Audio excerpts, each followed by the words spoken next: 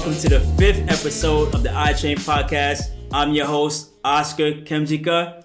Today, I got my main man, my guest here, Samuel Nkama. What's going on, What's going on, brother?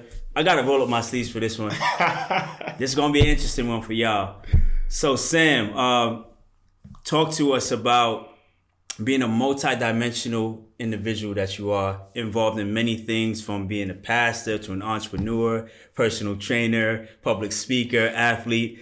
Talk to us about, how do you manage all these things and, your style, how do you approach being a leader and all those things? All right. First of all, I want to, thank you for letting me be on your podcast. Sure.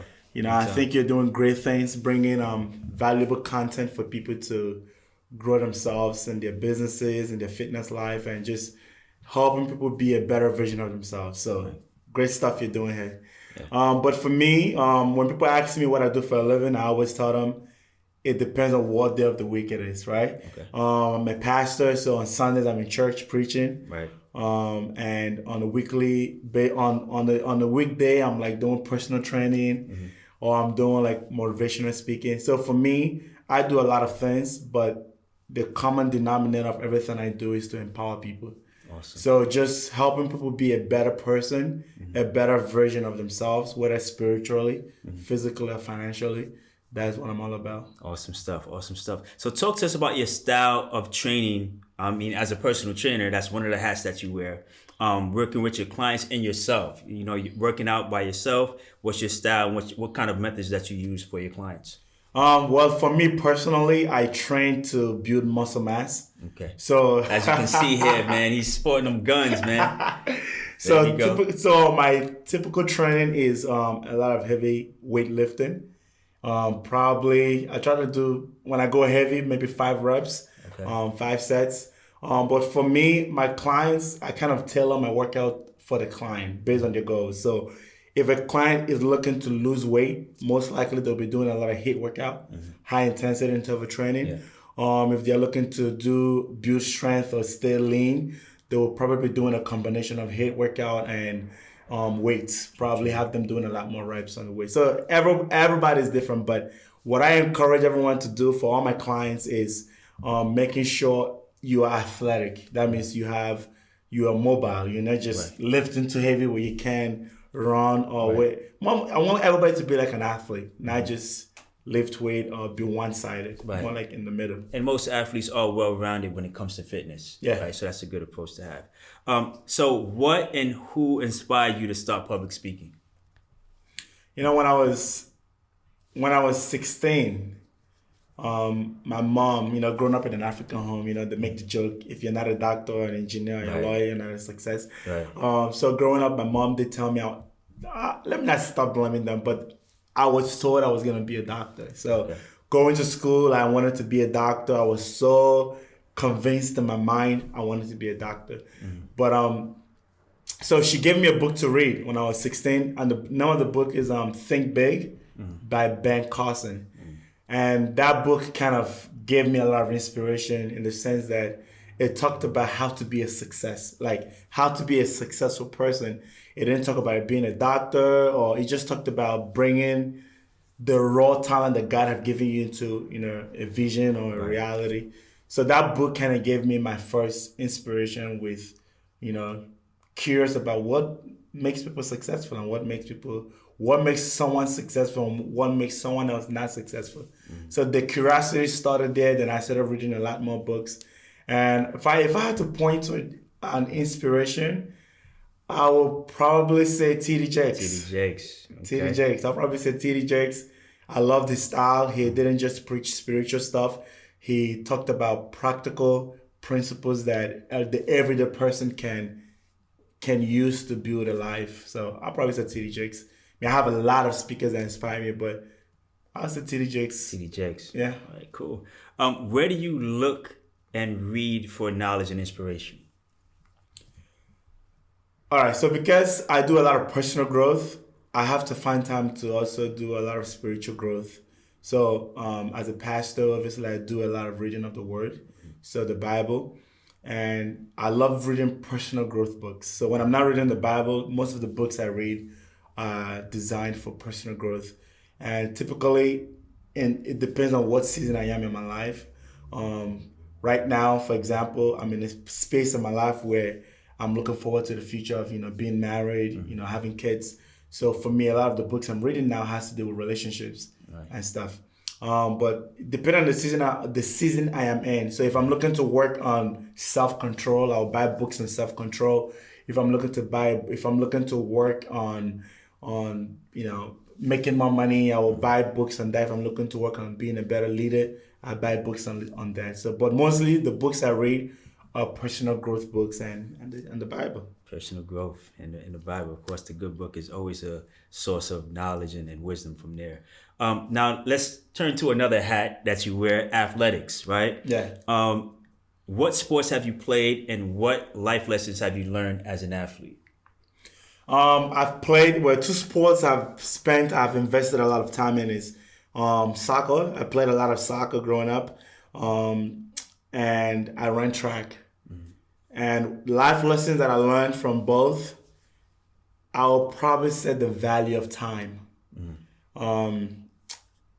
Track takes a lot of time. Absolutely, yep. And so without going into a long story about my athletic experience, the most important lesson I've learned is time is a currency that is probably your greatest asset. Greatest asset, absolutely. Yeah. And when you spend it, you might not get it back. Think about what someone on their deathbed, what they would want the most. Time, absolutely. So for me, just knowing where to invest my time, knowing when to quit something, when to put more time into something. So the value of time will be something that I've taken away from spending a lot of time playing sport. Right. And one more thing, I heard an analogy by T.D. Jakes, and he said, what makes sports interesting is time.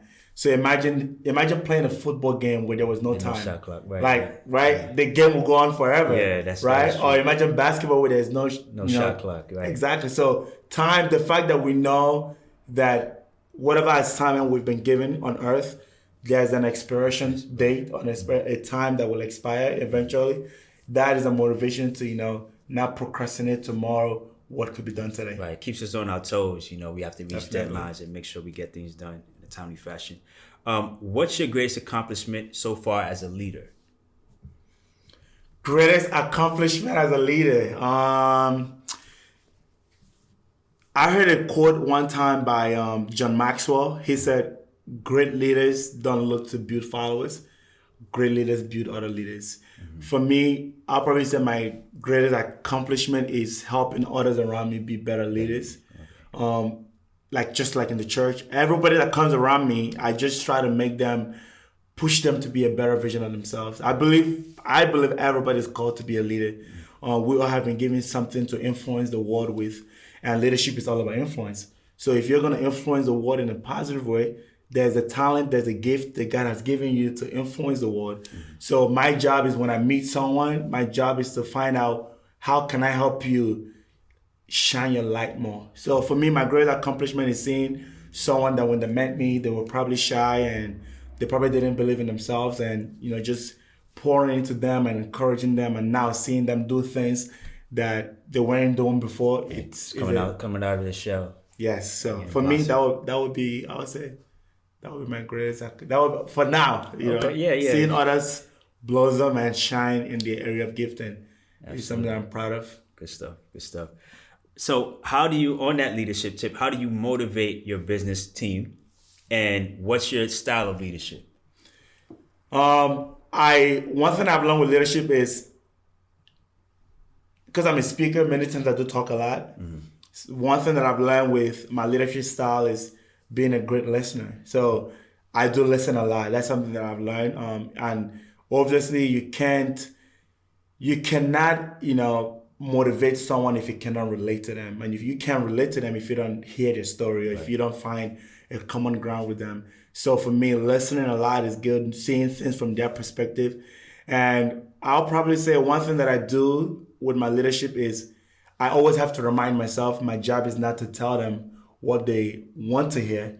My job as a leader is to tell my people what they need to hear. Right. So just making sure I'm not playing the friend, making sure I'm playing my role as their leader is something that I'm very mindful of. Right. You know, and also one strategy I also take with my leadership style is, which kind of helps with me being a great listener, is I am not perfect. I don't know it all, and I don't come into a situation just coming to spill wisdom without hearing what the problem is. So that kind of humbles me to make sure that I'm hearing what the problem is so I can provide solutions. So I'll probably say being able to see things from their perspective. Right. And great leaders are also great listeners and learners too. So you can always learn from who you're teaching and leading, right? It's not, you don't have all the answers.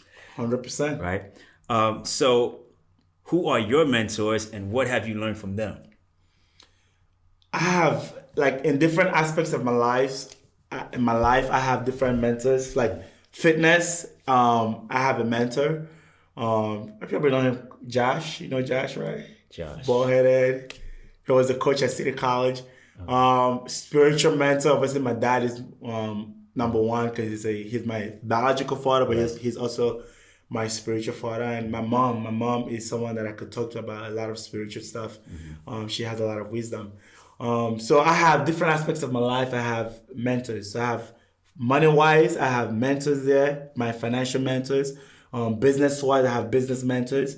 Spiritual-wise, I have spiritual coaches. So what I've come to learn is every successful person has a coach, and every unsuccessful person does not have a coach. Right. So what I've learned from them is the value of mentorship. You know, you can learn from their mistake. You know, instead of making the same mistakes that they made.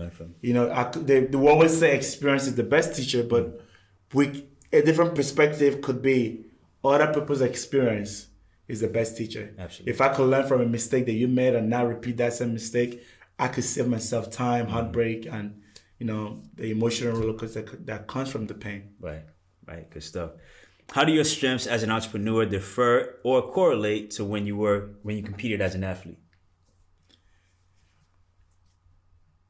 How does my strengths as an entrepreneur correlate with my experience as an athlete? Or differ?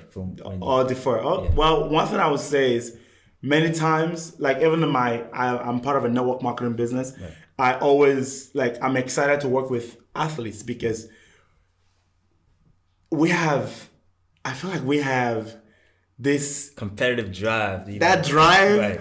And I want to call it like that fortitude or tenacity to keep going in spite of challenges. Right. You know, and that's something you see in the in the business world. As we all know, business success, they say the people that think business is glamorous are those that have never owned a business. Right. So as an entrepreneur, the mindset is success doesn't come overnight. It comes over time. And when you're an athlete, you don't get great overnight. Right. It gets over time. Like, you have to fall in love with the process. And that's something that being an athlete has taught me now that I'm into business. Just falling in love with the process, embracing the process, and just having the mentality of a farmer. A farmer plants, keeps planting, because he believes as he plants, eventually there will be harvest. Yeah. You know, so I'll probably say that is the similarity with being an athlete and being an entrepreneur. You have those disciplines that you have built as an athlete. Like, I remember when I played soccer, we had to get up, we had to practice. Practice started at 6 a.m. So many times I had to be up at 4 a.m. to go to practice. So now, if I have to be up at 5 a.m. for a client or 5 a.m. to go to the city for a meeting that is starting at 7 a.m., waking up is not a problem because I used to wake up to go to practice every single day. So, like I said, it's having that, knowing that success requires sacrifice. Success requires that you're going to fail, because as athletes, there were many times we came into a race saying, man, today, I'm gonna break my PR, I'm gonna run this time, and then after the race, you're like, man, I didn't hit it. It was a big test for us. Yeah. Exactly. So that's probably something I would say that I've learned. You know, sacrifice, persistent, and that tenacity in the face of failure. Good stuff. Good stuff. How do you mentor different personality types? How do I mentor different personality types? I'll probably go back to just being a great listener. I feel like everybody wants to be heard, no matter their personality. Trying to see things from their perspective. And I always go with, like I said, my job is not to tell you what you want to hear, but tell you what you need to hear. Right. And truth doesn't care about personality, you know? And so I just try to tell people the truth. You know, I might wrap the truth with love, but my job is to tell you the truth. Right, so if I'm talking to someone that is very sensitive, I'll probably tell them a lot more good stuff before I throw in the real stuff, right? If someone that can take it, I could just, you know, not beat around the bush and hit them straight with the truth. Mm-hmm. So that's probably what I would say is knowing how their sensitivity, and that will help me discern how I'm going to bring the message to them. But ultimately, the goal is to bring them the message. It's just now, if someone is a little sensitive, it will be wrapped with a lot more love than if someone wasn't.